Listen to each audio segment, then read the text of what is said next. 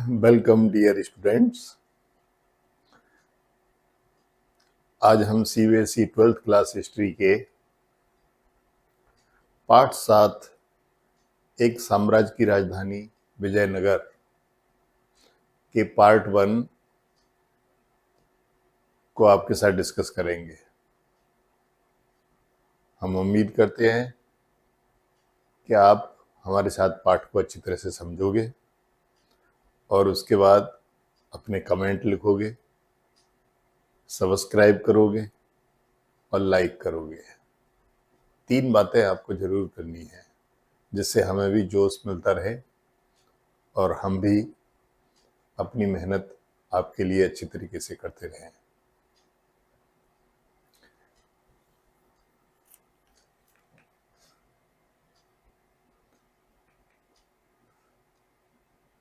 देखिए, इस पाठ के पार्ट 1 का ये पाठ प्रत्यय है। इसमें हम विजयनगर एक संक्षिप्त परिचय, विजयनगर के बारे में हम जानेंगे। क्या है हम्पी की खोज, हम्पी की खोज कैसे हुई, कॉलिन मैकेंजी कौन थे, राय नायक तथा सुल्तान का क्या रोल था विजयनगर साम्राज्य में, शासक तथा व्यापारी यहाँ के कैसे थे, राज्य का चरमोत्कर्ष कैसे हुआ और फिर पतन कैसे हुआ। इन विषयों के बारे में आज हमारा ये पार्ट 7 का पार्ट 1 है। अब पाठ शुरू करते हैं। देखिए, विजयनगर आप सोचते होंगे ये है कहाँ विजयनगर। ये दक्षिण भारत का मानचित्र है। ये देखिए, ये अरब सागर है, ये गोवा है, ये कालीकट, कोचीन और ये हिंद महासागर है। यहाँ पे ये श्रीलंका है। तो ये पूरा दक्षिण भारत का, ये बंगाल की खाड़ी है। तो ये पूरा दक्षिण भारत का मानचित्र है। अब इस दक्षिण भारत के मानचित्र में आप देखिए,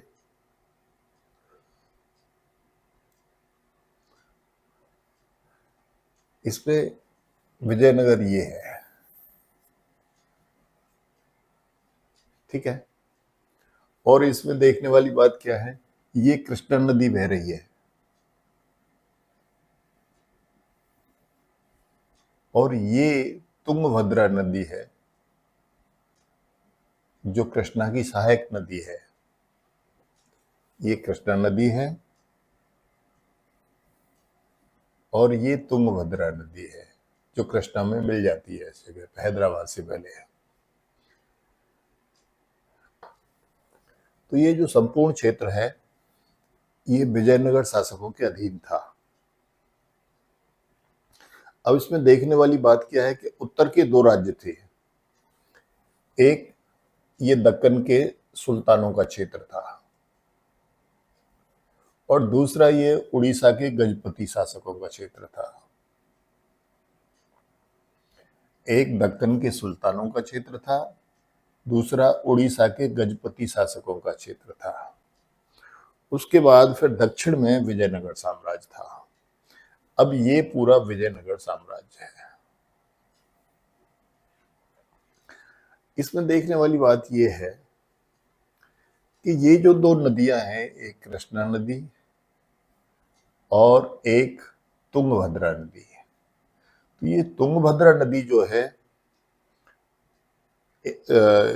विजयनगर के लिए जल उपलब्ध कराती थी। विजयनगर साम्राज्य की खेती के लिए, वहाँ के बागों के लिए, वहाँ के लोगों के जो आवास थे, घर थे, महल थे, जो सरकारी दफ्तर थे, उन सब के लिए ये तुंगभद्रा नदी जो है जल उपलब्ध कराती थी, ठीक है। लेकिन एक और भी खास बात थी कि कृष्णा नदी और तुंगभद्रा नदी के बीच का ये जो क्षेत्र है, इस क्षेत्र को रायचूड़ दोआब कहते हैं। रायचूड़ दोआब,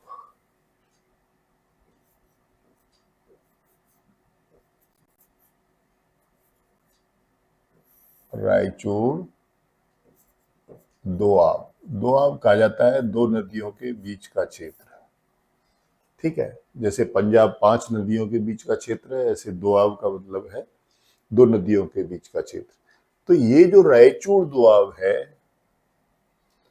ये रायचूर दोआब दक्षिण भारत में बहुत उपजाऊ माना जाता है, क्योंकि ये दोनों कृष्णा और तुंगभद्रा नदियों के द्वारा लाई गई मिट्टी से बना हुआ है, इसलिए ये बहुत उपजाऊ माना जाता है।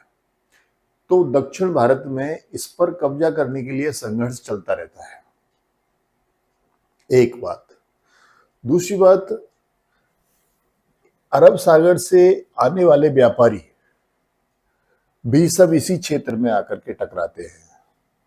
उन सब के भी, जैसे ये वास्को डी गामा यहाँ कालीकट में आया था, ये कोचीन है, क्विलेन है, कैन्नौर है, मंगलौर है, ये जितने भी हैं ये सब बंदरगाह हैं अरब सागर के।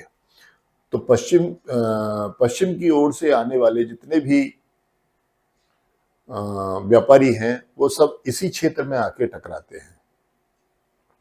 तो एक तो ये उपजाऊ क्षेत्र जहां प्रचुर मात्रा में कृषि उत्पादन होते थे, और दूसरा व्यापारियों से संपर्क। तो ये दोनों ही चीजें राज्य की समृद्धि के लिए आवश्यक थी। तो इसलिए जो भी कोई शासक इस क्षेत्र में बनता था वो इस क्षेत्र पर कब्जा करने की सोचता था। तो विजयनगर शासकों ने भी अपनी राजधानी यहीं पर बनाई है, विजयनगर। ये विजयनगर जो है एक नगर का नाम भी था जो राजधानी नगर था, दूसरा एक साम्राज्य का भी नाम था। विजयनगर जो नाम थे ये दो चीजों के नाम थे। जो इन शासकों का साम्राज्य था उसे भी विजयनगर साम्राज्य कहते थे, और जो इनकी राजधानी थी वो भी उसे भी विजयनगर कहते थे। तो ये विजयनगर जो है ये क्षेत्र है, यहां से 3 वंशों ने राज्य किया था। विजयनगर में कुल 4 वंशों ने राज्य किया। तो 3 वंशों ने यहां से राज्य किया और चौथे वंश ने चंद्रगिरी से राज्य किया। ठीक है। अब क्यों किया, क्या परिस्थितियां बनी, वो हम आपके साथ डिस्कस करेंगे। अब आप देखिए, ये सब पहाड़ी क्षेत्र है, ये सब पहाड़ी क्षेत्र है। पठारी, पहाड़ी भी नहीं कहेंगे, पठारी क्षेत्र है ये, अर्थात पथरीला क्षेत्र है। लेकिन इसमें जगह जगह पे आप देख रहे हो कि मैदानी क्षेत्र है और वहां पर जो है फसल पैदा की जाती है। इसके साथ साथ ये कावेरी का जो डेल्टा है ये भी काफी उपजाऊ क्षेत्र माना जाता है। तो इस तरीके से विजयनगर के शासकों ने जो अपनी समृद्धि की वो रायचूर दोआब और कावेरी डेल्टा, इन क्षेत्रों के जो उपजाऊ क्षेत्र है उन पर अपना कब्जा जमाया था उन्होंने। विजयनगर एक संक्षिप्त परिचय है। अब विजयनगर क्या था? विजयनगर एक शहर का भी नाम है और एक साम्राज्य का भी नाम है। विजयनगर की स्थापना 1336 ईस्वी में हरिहर और बुक्का नाम के 2 सैनिक सरदारों ने की थी। ये हरिहर और बुक्का राय, हरिहर राय और बुक्का राय, ये दोनों सैनिक सरदार वहां अपनी सेना लेकर के घूमते थे, और जो भी उन्हें युद्ध के लिए आमंत्रित करता था उससे पैसा लेते थे और उसकी तरफ से युद्ध करते थे। इस तरह का इनका पेशा था दोनों का। इनके एक गुरु थे माधवारण्य। तो माधवारण्य ने इनको प्रेरणा दी कि तुम दूसरों के लिए युद्ध करते हो, क्या तुम अपना साम्राज्य स्थापित नहीं कर सकते और अपने लिए युद्ध नहीं कर सकते? तब इनकी समझ में ये बात आई और 1336 में इन्होंने यहां पर विजयनगर साम्राज्य की स्थापना की है। 1336 में। इस पीरियड में यहां से दिल्ली सल्तनत के 2 सुल्तान लौट चुके थे, एक अलाउद्दीन खिलजी और एक ये जो है मोहम्मद बिन तुगलक। तो इस क्षेत्र में एक गैप सा आ गया था, यहां कोई उस समय पे शासक नहीं था। उनके उत्तर की दिशा की तरफ सुल्तान थे, दक्कन के सुल्तान। ठीक है। और पूर्वोत्तर की तरफ उड़ीसा में गजपति शासक थे। लेकिन इस क्षेत्र में एक गैप था, यहाँ पर कोई शासक नहीं था, तो हरिहर और बुक्का दोनों ने मिलकर के इस क्षेत्र में अपना साम्राज्य स्थापित किया 1336 ईस्वी में। यह साम्राज्य कृष्णा तुंगभद्रा दोआबी क्षेत्र से लेकर सुदूर दक्षिण तक फैला हुआ था। जैसा कि अभी मैंने मानचित्र में आपको बताया था कि कृष्णा और तुंगभद्रा इन दोनों का जो दोआबी क्षेत्र है उसे रायचूर दोआब कहते हैं। रायचूर दोआब, ये रायचूर दोआब काफी उपजाऊ है, तो इसी क्षेत्र में इन्होंने अपना राज्य स्थापित किया। 1565 के तालीकोटा युद्ध में पराजय के बाद इस पर आक्रमण कर इसे लूटा गया और उजाड़ दिया गया। तो ये 1336 ईस्वी में स्थापित हुआ और 1565 में इसके ऊपर जो दक्कन के सुल्तान थे उन तीनों सुल्तानों ने, बीजापुर, गोलकोंडा और अहमदनगर, तीनों सुल्तानों ने इकट्ठा होकर के इस पर आक्रमण किया और इसे लूट लिया और पूरी तरह से बर्बाद कर दिया, तोड़फोड़ कर दी। ठीक, उसके बाद में जो यहाँ का चौथा वंश था, अरेबिदु वंश, वो इस क्षेत्र से चला गया और उसने चंद्रगिरी से राज्य किया। तो उसका राज्य कोई ज्यादा महत्वपूर्ण नहीं माना जाता। तो जो पहले के 3 वंश थे, संगम वंश और सुलुभ वंश और तुलुभ वंश, संगम, सुलुभ और तुलुभ, ये भी 3 वंशों का जो राज्य था वो यहाँ के लिए और वही चर्चा में आता है। यहाँ के निवासियों की स्मृति में यह स्थानीय मातृ देवी पंपा देवी के हम्पी नाम के रूप में याद रखा गया। देखिए यहाँ पे क्या है, ये जो स्थान है इसका रामायण में भी उल्लेख है। रामायण में बाली और सुग्रीव का जो राज्य था वो भी इसी जगह पे था। यह स्थान चारों तरफ से पहाड़ियों से घिरा हुआ स्थान है। ठीक है, तो ये स्थान सुरक्षित माना जाता था। तो बाली यहीं पर राज्य करता था। बाद में फिर सुग्रीव यहाँ का शासक बना। तो बाली और सुग्रीव के नाम को भी पंपापुर कहा जाता था, आपको ध्यान होगा। ठीक है, तो वही पंपा देवी का यहाँ पर जो है मंदिर था, जिसे अब हम्पी के नाम से जानते थे। तो ये बात जो है लोगों के दिमाग में रही। यूं तो 1565 में ये पूरी तरह से बर्बाद हो गया, लेकिन उसकी जो स्मृतियां हैं वो लोगों के दिमाग में रही। ठीक है, और जिससे खोजने में, इस स्थान को खोजने में बहुत बड़ी मदद मिली। स्थानीय लोगों की मौखिक परंपराओं ने विजयनगर साम्राज्य को खोजने में विद्वानों की सहायता की। ठीक है, जो भी विद्वान इसे खोजने के लिए आते थे तो वहां के जो स्थानीय लोग थे, जो बुजुर्ग लोग थे, जिन्होंने अपने बुजुर्गों से इसके बारे में कुछ सुना था, उन बातों को वो उन विद्वानों को बताया करते थे, जिससे विद्वानों को खोजने में काफी मदद मिली।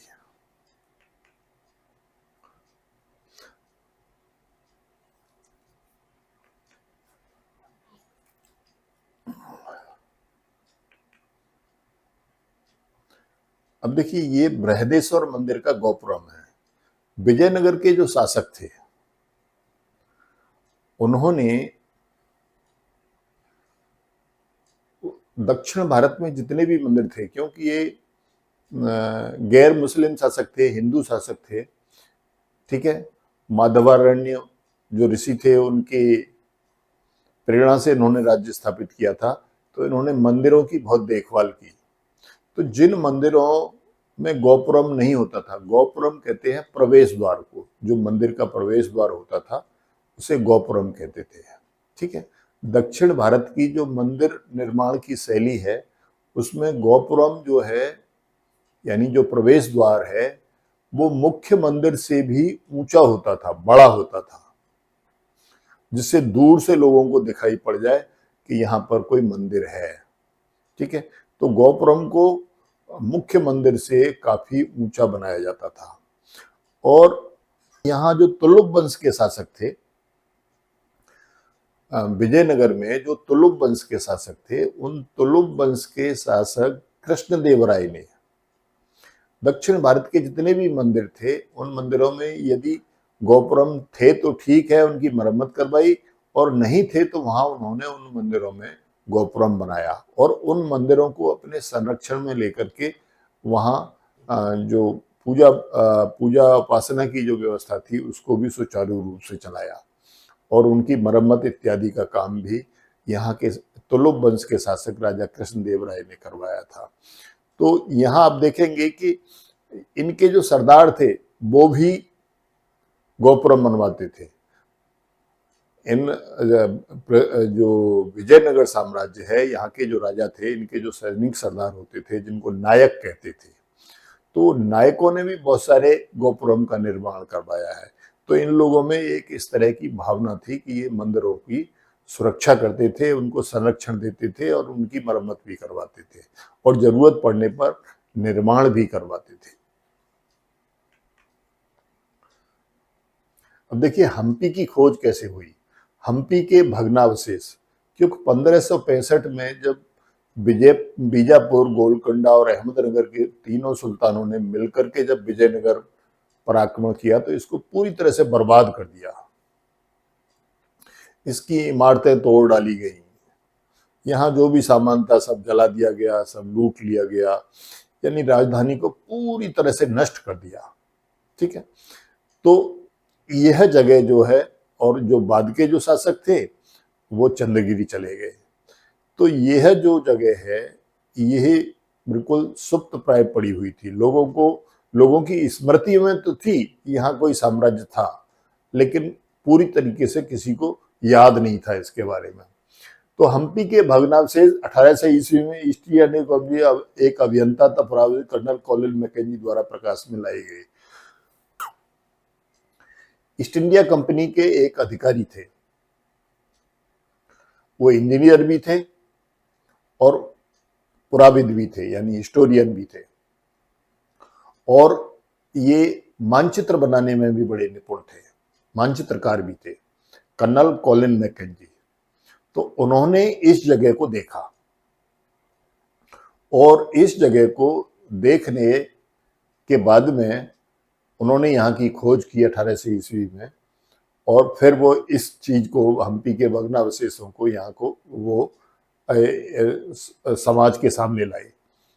ठीक है, इन्होंने विरूपाक्ष मंदिर और पंपा देवी के पूजा स्थल के पुरोहितों की स्मृतियों पर आधारित पहला सर्वेक्षण मानचित्र किया। यहाँ एक विशाल मंदिर भी था, विरूपाक्ष मंदिर, और एक पंपा देवी का मंदिर। तो कहते हैं पंपा देवी पार्वती थी और विरूपाक्ष शिव थे। तो यहाँ विरूपाक्ष और पंपा देवी दोनों की मंदिर बने हुए थे, और 1565 के युद्ध में भी और जो तोड़फोड़ की गई थी उसमें भी इन मंदिरों को ज्यादा नुकसान नहीं पहुंचाया गया था। ये दोनों मंदिर फिर भी बच गए थे। ठीक है, तो यहाँ पर पुजारी रहते थे और मंदिर में लोग देखने के लिए भी जाते थे, और वहाँ के जो स्थानीय लोग थे वहाँ पूजा अर्चना वगैरह करते थे। तो उन पुजारियों से जो है, उन पुजारियों ने अपनी जो याद में था, उनके पहले पुजारियों ने उन्हें बताया होगा, उनको उनके पहले, तो जो श्रुति थी, यानी एक से सुनकर आगे चलने वाली चीज, उसे श्रुति कहते हैं। तो वो श्रुति के अनुसार इन पुजारियों को कुछ चीजें वहां के बारे में मालूम थी। तो 1856 ईस्वी में छाया चित्रकारों ने यहाँ के भवनों के चित्र संकलित किए और शोधकर्ताओं ने उनका अध्ययन किया। अब यहाँ जितनी भी टूटी फूटी इमारतें थी उन सब इमारतों के फोटो इकट्ठे किए गए। छाया चित्र कहते हैं कैमरा के फोटो। कैमरा से उनके फोटो लिए गए और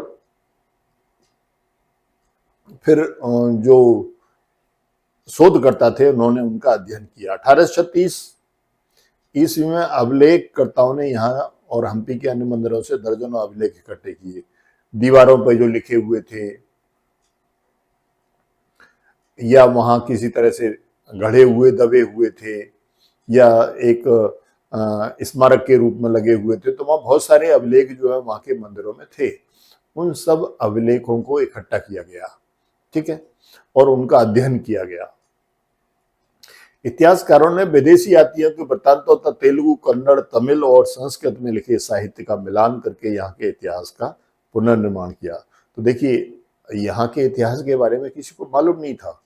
ये टूटी फूटी इमारतें थी जो यहाँ पड़ी हुई थी। विजयनगर पूरी तरह से 1565 के तालीकोटा युद्ध में बर्बाद कर दिया गया था, लेकिन इतिहासकारों ने मेहनत करके, ठीक है, वहां से स्रोत ढूंढ निकाले और उनके आधार पर फिर विजयनगर साम्राज्य का इतिहास लिखा गया। ठीक है, देखिए इतिहास में कोई भी चीज सीधी सीधी आपको नहीं मिलेगी। वह चीज या तो बर्बाद हो चुकी है, या जमीन के अंदर दब चुकी है, या तोड़फोड़ हो चुकी है। तो उन चीजों को निकाल निकाल करके उनके बारे में पुराविद जो है अपना निष्कर्ष निकालते हैं, और उस निष्कर्ष के आधार पर फिर इतिहास बनता है।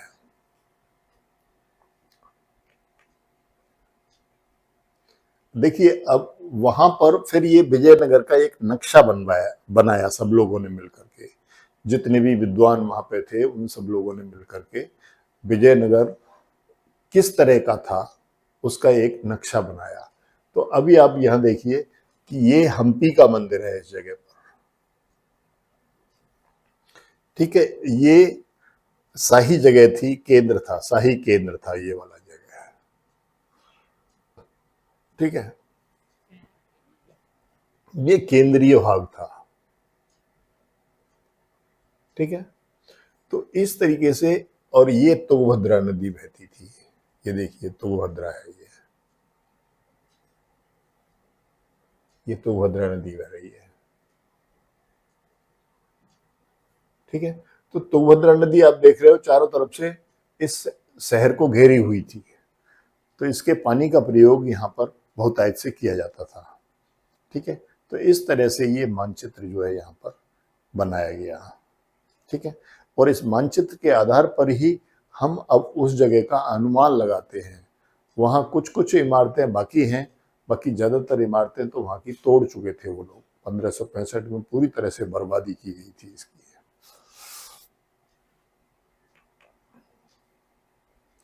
ये देखिए कर्नल कॉलिन मैकेंजी है। उन्होंने वहाँ के जो स्थानीय लोग थे, विद्वान लोग थे, जो लोकल लोग थे वहाँ के कन्नड़ भाषा के जानकार, तेलुगु भाषा के जानकार, ऐसे लोगों को उन्होंने अपने साथ लिया और इनके साथ डिस्कशन करके उन्होंने यहाँ का जो है मानचित्र तैयार किया और यहाँ की घोषणा की कि यहाँ एक नगर था, यहाँ के इतिहास को प्रकाश में लाए वो। ठीक है, तो ये कर्नल मैकेंजी थे।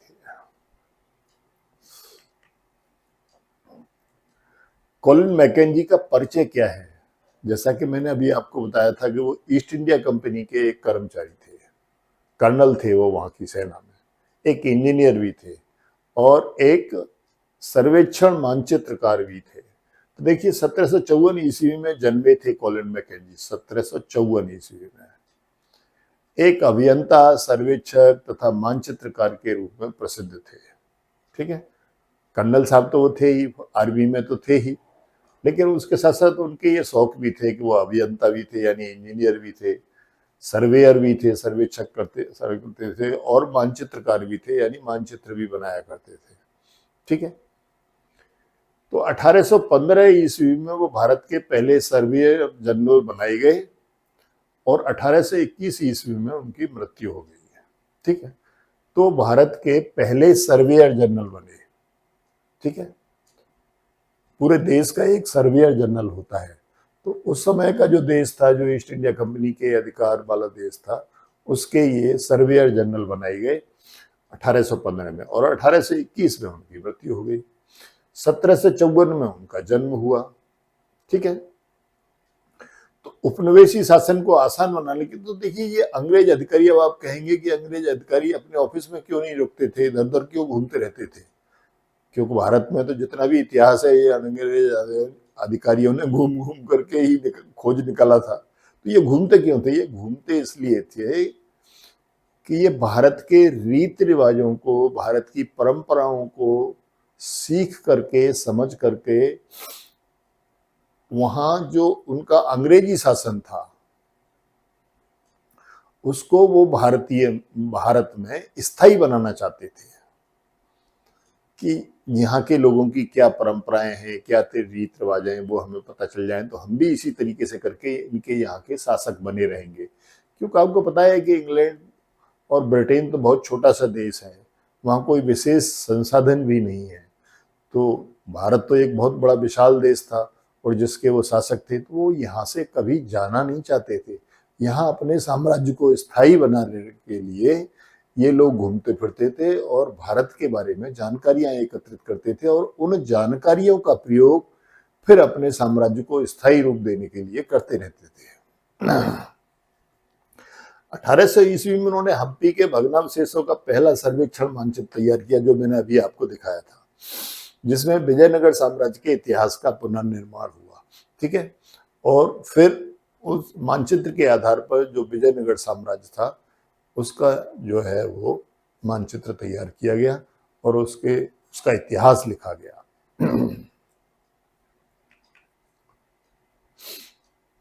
राय, नायक तथा सुल्तान। राय यहाँ के राजाओं को कहा जाता था। यहाँ के जो राजा थे जैसे हरिहर राय, बुक्का राय, कृष्णदेव राय, देव राय, तो ये जो है राय यहाँ के राजाओं को कहा जाता था। राजाओं के नाम के आगे राय लगता था।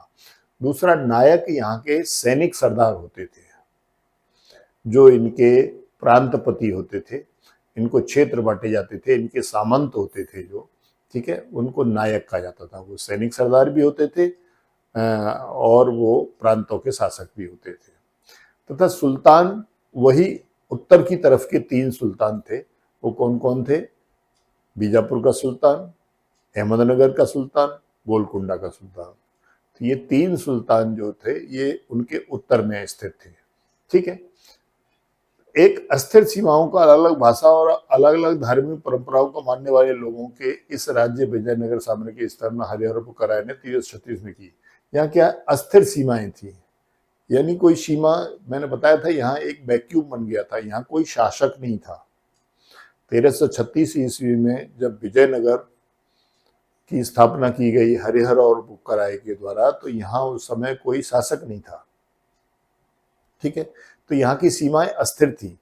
कोई भी कितना भी खींच ले अपनी तरफ, कोई भी कितना साम्राज्य फैला ले, ठीक है, जब तक दूसरे को कोई ऐतराज नहीं हो, और दूसरे को ऐतराज हो तो युद्ध करो, युद्ध में जीत जाओ तो आपका हो गया और हार जाओ तो उनका हो गया। ठीक है, तो इसलिए यहाँ की जो सीमाएं थी वो अलग अलग थी और भाषाएं भी अलग अलग थी, क्योंकि यह क्षेत्र ऐसा था जहां वो कन्नड़ भाषा से भी लगा हुआ था, तेलुगु भाषा से भी लगा हुआ था, तमिल भाषा से भी लगा हुआ था। तो तेलुगु, कन्नड़, तमिल, ये तीनों भाषाओं के लोग यहाँ पर रहते थे। और यहाँ की जो परिस्थितियां थी, मैंने अभी मानचित्र आपको दिखाया था कि यहाँ की परिस्थितियां में सीमाएं भी जो है अभी तक बची हुई थी। धार्मिक परंपराओं को मानने वाले लोग भी अलग थे। क्यों थे अलग? क्योंकि दक्षिण तमिलनाडु में कुछ विचारधाराएं अलग थी। ठीक है, आलवार नैनार का प्रभाव था, भक्ति आंदोलन का प्रभाव था। ठीक है, और उत्तर भारत में सुल्तानों का प्रभाव था, जो उसके उत्तरी भाग था, उत्तरी दक्कन जो था क्षेत्र, वहां पर सुल्तानों का प्रभाव था। और पूर्वोत्तर जो क्षेत्र था इस साम्राज्य का, उड़ीसा का राज्य, वहां गजपति लोगों का आधिपत्य था। तो वहां जो धार्मिक विचारधाराएं थी वो भी अलग अलग थी। विजयनगर की उत्तरी सीमा पर दक्कन में सुल्तान तथा उड़ीसा के गजपति शासक शामिल थे, जैसा मैंने अभी आपको बताया। इस क्षेत्र में उर्वर नदी घाटियां तथा लाभकारी विदेशी व्यापार से उत्पन्न संपदा पर अधिकार करने के लिए संघर्ष होते रहे। तो यहाँ 2 ही चीजें थी, जैसा कि मैंने शुरुआत में आपको बताया था। एक तो अरब सागर के से लगने वाले सभी बंदरगाह यहाँ पर थे इस क्षेत्र में। ठीक है, तो विदेशी व्यापारी यहाँ आते थे और यहाँ के स्थानीय व्यापारी भी विदेशों में जाते थे और विदेश के व्यापारी भी यहाँ अपनी वस्तुएं बेचने के लिए और यहाँ से वस्तुएं खरीदने के लिए आते थे। तो यहाँ व्यापार बहुत समृद्ध था, एक बात। दूसरी बात, यहाँ जो कृष्णा और तुंगभद्रा के जो बीच का क्षेत्र था, रायचूर दोहब क्षेत्र, वो भी बहुत उपजाऊ था। तो इन चीजों को पाने के लिए सभी यहाँ के शासकों में संघर्ष होता रहता था। राज्यों के बीच आपसी संपर्क से विचारों का आदान प्रदान हुआ, जिससे स्थापत्य के क्षेत्र में नई नई तकनीकें। यहाँ क्या हुआ, यहाँ आपने देखा कि उत्तर की तरफ, विजयनगर साम्राज्य के उत्तर की तरफ 3 मुस्लिम सुल्तान थे, बीजापुर का, गोलकुंडा का और अहमदनगर का। और ये सुल्तान जो है मुस्लिम शासक थे, इस्लाम को मानने वाले थे। तो इनके यहाँ जो भवन निर्माण होता था वो इस्लामिक शैली में होता था। इस्लामिक शैली में क्या मुख्य होता है, ऊपर गुम्बद बनाया जाता है, दरवाजे मेहराब नुमा होते हैं, मीनारें बनाई जाती है, तो इस तरह की इमारतें बनाई जाती हैं। तो इनका प्रभाव हम विजयनगर में बनने वाली इमारतों पर भी देखते हैं। अर्थात विजयनगर में भी जो इमारतें बनाई गई हैं उनमें गुम्बद का प्रयोग किया गया है, दरवाजों में मेहराब का प्रयोग किया गया है। तो ये बताते हैं कि यहाँ एक नई शैली विकसित हुई, भवन निर्माण की एक नई शैली विकसित हुई, और इस शैली को कहते थे इंडो इस्लामिक शैली। अर्थात इंडिया का भी उसमें मिश्रण था और इस्लाम का भी उसमें मिश्रण था। तो इस शैली को इंडो इस्लामिक शैली कहा गया, और इस इंडो इस्लामिक शैली से इस क्षेत्र में बहुत सारी इमारतें बनी। इन क्षेत्रों के शासक वर्ग ने तंजौर के बृहदेश्वर मंदिर तथा बेलूर के चन्नाकेशव मंदिर को संरक्षण प्रदान किया। हाँ, तो ये मंदिर थे, उन मंदिरों को इन शासकों ने संरक्षण प्रदान किया, क्योंकि ये भी एक तरह से हिंदू मान्यता को मानते थे, ये भी शैव और वैष्णव विचारों को मानते थे। ठीक है, इसलिए इन्होंने शिव जी के और विष्णु के जो भी मंदिर वहाँ बने हुए थे उनको जो है इन्होंने संरक्षण प्रदान किया, उनकी मरम्मत करवाई, ठीक, और उनके खर्चे पानी के लिए अनुदान दिए।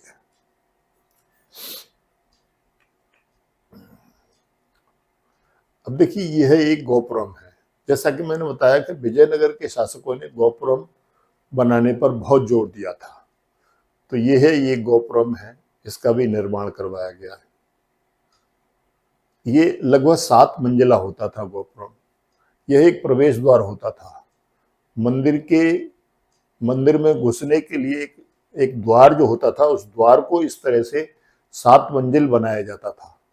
इसी को गोपुरम कहते थे।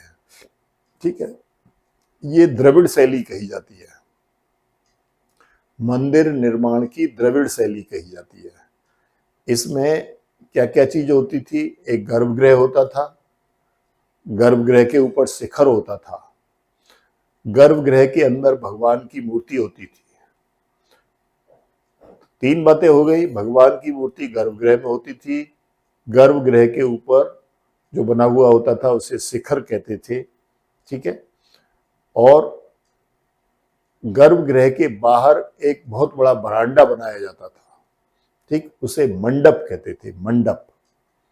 तो अभी आपने देखा शिखर, गर्भगृह, मंडप, और जो प्रवेश द्वार होता था उसे गोपुरम कहते थे। तो दक्षिण भारत की यानी द्रविड़ शैली जो है इस मंदिर निर्माण की, इसके 4 भाग होते थे। प्रवेश द्वार गोपुरम, प्रवेश द्वार से लेकर के गर्भगृह तक जाने का जो मार्ग होता था, उसमें जो बरांडा बना होता था उसे मंडप कहते थे। ठीक है, मंडप जो है विभिन्न प्रकार के देवी देवताओं के त्योहारों के लिए, उत्सवों के लिए, पब्लिक के बैठने के लिए प्रयोग होता था। उसके बाद फिर गर्भगृह होता था, गर्भगृह के अंदर भगवान की मूर्ति होती थी, और उस गर्भगृह के ऊपर जो ऊंची आकृति बनाई जाती थी उसे शिखर कहते थे। ठीक, तो दक्षिण भारत के जो मंदिर निर्माण की शैली थी उसमें गोपुरम बहुत ज्यादा जो है प्रयोग में लाए गए, और गोपुरम को बहुत ऊंचा बनाया जाने लगा। मैंने बताया आपको 7-7, 8-8 मंजिल के गोपुरम बनाए जाने लगे, जो दूर से लोगों को दिखाई दे जाए, उसका जनता के ऊपर असर पड़ता था, प्रभाव होता था। देखिए, ये मदुरई के नायकों द्वारा बनवाया गया एक गोपुरम था। जैसा कि मैंने बताया था कि राजा कृष्णदेव राय ने बहुत सारे गोपुरम मंदिरों में बनवाए, तो उनके जो नायक थे, जो क्षेत्र के शासक थे, उन नायकों में भी फिर ये होड़ आ गई, और वो भी जो है गोपुरम बनवाने लग गए। तो ये जो मदुरई है, मदुरई का जो शासक था, जो मतलब वहाँ का प्रांतीय शासक था, जिसे नायक कहते थे, उस नायक ने भी मदुरई के मंदिर के सामने ये गोपुरम बनवाया था। मदुरई के मंदिर का जो प्रवेश द्वार था वो इस नायक के द्वारा बनवाया गया था। अब देखिए, शासन और व्यापारी। इस काल की युद्ध कला प्रभावी अश्व सेना पर आधारित थी, इसलिए राज्यों के लिए अरब तथा मध्य एशिया के घोड़ों का आयात बहुत महत्वपूर्ण था। देखिए, अब इस क्षेत्र में क्या था, उस समय की जो सेना थी उसमें घोड़ों का बहुत बड़ा महत्व था। घुड़सवार सेना का बहुत ज्यादा महत्व था, क्योंकि एक तो घोड़े तीव्रगामी होते थे, तेजी से चलते थे, ठीक है, और उस पर बैठ करके सैनिक जो है लड़ा करते थे एक दूसरे से, और उससे चारों तरफ से घेराबंदी भी आसानी से हो जाती थी। इसलिए घोड़ों का सेना में बहुत बड़ा महत्व था, ठीक है। तो यहाँ पर जो है सबसे बड़ी होड़ यहाँ के स्थानीय शासकों में इसी बात की थी कि किसकी सेना में ज्यादा अच्छे घोड़े हों। तो उस समय जो अरब नस्ल के घोड़े होते थे उनको सबसे अच्छा माना जाता था, और अरब से अरब सागर होते हुए ये घोड़े यहाँ पर आया करते थे। तो इन्हें विजयनगर साम्राज्य के जो शासक हैं वो इनको कब्जा लेते थे, ठीक है। व्यापारियों को बहला फुसला करके इन घोड़ों को ले लेते थे, और अपने जो दूसरे शासक थे विजयनगर, बीजापुर का, गोलकुंडा का, अहमदनगर का, उड़ीसा का, उन शासकों के पास इन घोड़ों को नहीं पहुंचने देते थे, ठीक है। व्यापारियों के स्थानीय समूह जिन्हें कुदरई चेट्टी कहते थे भी इन विनिमयों में भाग लेते थे। यानी अरब के व्यापारी तो आते ही थे घोड़े लेकर के, लेकिन स्थानीय व्यापारी भी थे, यानी विजयनगर के भी राज्य के व्यापारी थे, उनको कुदरई चेट्टी कहा जाता था। कुदरई कहते हैं घोड़े को कुदरई कहा जाता है। तो कुदरई चेट्टी, चेट्टी कहते हैं व्यापारी, तो जो घोड़ों के व्यापारी होते थे उनको कुदरई चेट्टी कहा जाता था, ठीक है। तो ये कुदरई चेट्टी भी अरब व्यापारियों से मिलकर के घोड़ों का व्यापार करते थे और विजयनगर में घोड़े लाते थे।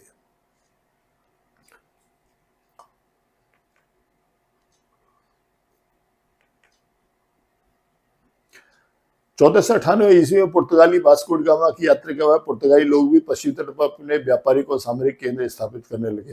देखिए, आपको पता है कि यूरोपियनों में 1500 ईस्वी के आसपास इस बात की होड़ थी कि भारत का समुद्री मार्ग कैसे खोजा जाए। तो पहले कोलंबस चला 1492 में, वो भारत की तरफ ना आकर के अमेरिका की तरफ मुड़ गया और उसने नई दुनिया की खोज की, उत्तरी अमेरिका, दक्षिणी अमेरिका की। उसके 6 साल बाद उसके अनुभवों का फायदा उठाते हुए फिर वास्को डी गामा चला पुर्तगाल से, और वास्को डी गामा अफ्रीका का चक्कर काटते हुए केप ऑफ गुड होप होते हुए वो भारत में आ गया, कालीकट में, भारत के बंदरगाह। तो इस तरीके से यूरोपियन लोगों को भारत के समुद्री मार्ग का पता चल गया, और बहुत सारे देशों के जो नाविक थे, वो जो है जो व्यापारी थे, वो भारत में आने लग गए थे। तो वास्को डी गामा के भारत का मार्ग ढूंढ लेने से जो पुर्तगाली लोग थे उन्होंने सबसे पहले भारत से अपना व्यापार स्टार्ट किया, ठीक है। लेकिन इनके पास क्या था, पुर्तगालियों के पास यहाँ बारूद का आविष्कार हो चुका था, और ये बारूद से ये बहुत सारे ऐसे हथियार बनाते थे जो उस समय भारत में नहीं चलते थे, ठीक है। तो इन्होंने बंदूकें भी बनाई थी। तो उन बंदूकों की खोज में विजयनगर के शासक भी थे, और उन्होंने इनसे बंदूकें भी खरीदी थी, प्लस इनसे युद्ध करने की प्रणाली भी सीखी थी। तो विजयनगर के शासक अपने सैनिकों को इन पुर्तगालियों से प्रशिक्षित करवाते थे, ठीक है, और इनसे हथियार भी खरीदते थे। यह लोग अपनी बेहतर सामरिक तकनीक और बंदूकों के प्रयोग कारण ऐसे उलझी हुई राजनीति में एक महत्वपूर्ण शक्ति बनकर के उभरे। तो अब ये देखो, दो काम कर रहे हैं, एक तो सेना को प्रशिक्षित कर रहे हैं और दूसरे ऐसे हथियार ला रहे हैं जो दूसरों के पास नहीं थे। तो इसकी वजह से अब इनका महत्व बढ़ गया। अब जो भारत के स्थानीय शासक थे इनको महत्व देने लगे, और उसके बदले में इनसे ये वस्तुएं लेने लगे। विजयनगर भी मसालों, वस्त्रों तथा रत्नों के लिए बाजार के लिए प्रसिद्ध था, जहां से व्यापार से प्राप्त राजस्व राज्य की समृद्धि में योगदान देता था। यूरोपियन लोगों को सबसे ज्यादा जो जरूरत थी, सबसे ज्यादा जो यूरोप में डिमांड थी, वो मसालों की थी। भारतीय मसालों की सबसे बड़ी डिमांड थी, और ये जितने भी लोग भारत में आ रहे थे ये मसाले खरीदने के लिए आते थे, क्योंकि यूरोपियन लोगों की एक समस्या थी, जाड़ों में वहां पर जो जमीन होती थी, जो धरती होती थी, उस भूमि के ऊपर बर्फ पड़ जाती थी, इसलिए वहाँ कोई फसल पैदा नहीं होती थी, कोई चारा पैदा नहीं होता था। तो वहाँ की जो मवेशी है वो भूखी मरती थी। तो उसका उपाय ये था कि वो लोग उस मवेशी को काट करके जाड़ों में खाते थे, उसका उसके मांस का सेवन करते थे, और उस मांस के लिए उन्हें मसालों की जरूरत पड़ती थी। तो मसाले की यूरोप में बहुत बड़ी डिमांड थी। वास्को डी गामा जब यहाँ से लौट करके गया तो उसके पास जो भी थोड़े बहुत पैसे बचे थे, उसने यहाँ से मसाले खरीदे। जो भी उसके पास कीमती धातुएं बची थी, उनसे उसने मसाले खरीदे यहाँ से। और जब वो मसाले उसने अपने देश में जाकर के वहां पर जाके बेचे, तो उसको 60 गुना ज्यादा मुनाफा हुआ जो उसकी यात्रा पर खर्च हुआ था। तो आप बताइए कि कितनी बड़ी कीमत थी यूरोप में मसालों की। भारतीय मसालों की बहुत बड़ी कीमत थी, और यहाँ से विजयनगर के बाजारों से उन्हें भारतीय मसाले बहुतायत में मिलते थे। ठीक है, उसके साथ साथ यहाँ के वस्त्र भी मिलते थे, वस्त्र भी बनाए जाते थे यहाँ, तथा रत्न भी मिलते थे जो बेशकीमती पत्थर होते थे। ठीक है, वो भी यहाँ से लेकर के जाते थे, लेकिन ज्यादातर डिमांड जो है वो मसालों की थी।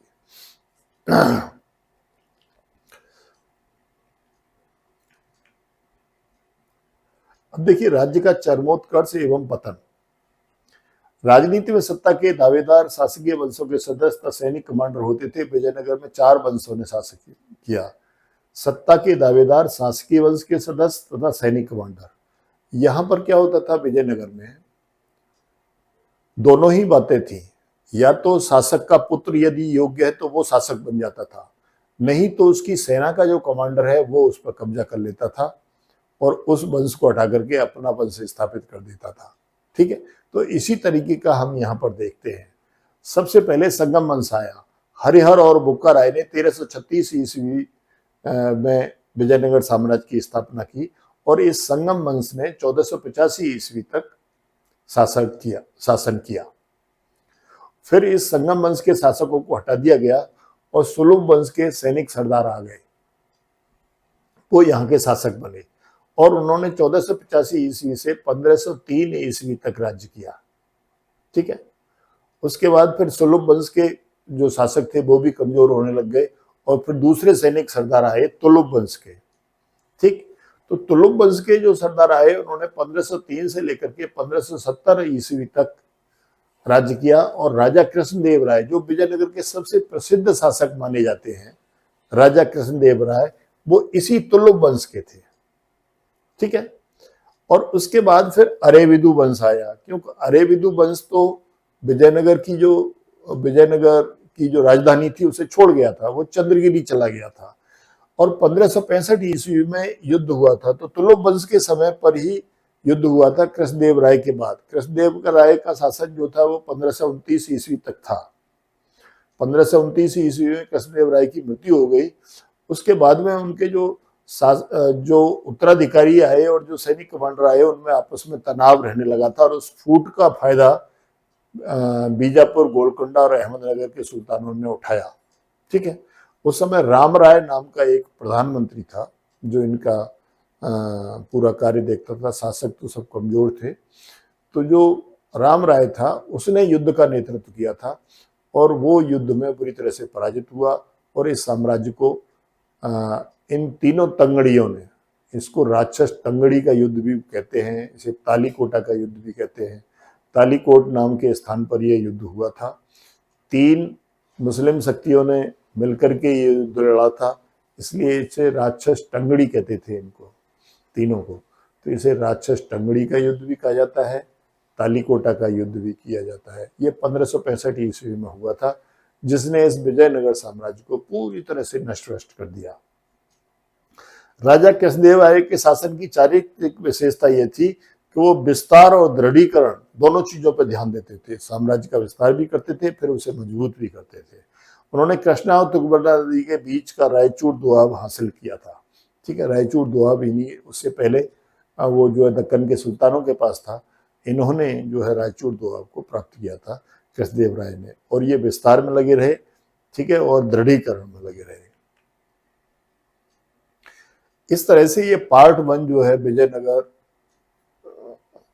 विजयनगर साम्राज्य का जो पार्ट 7 है, इसका जो पार्ट 1 है, इस तरीके से ये पूरा होता है और आगे का पार्ट 2 हम आपके साथ आगे डिस्कस करेंगे।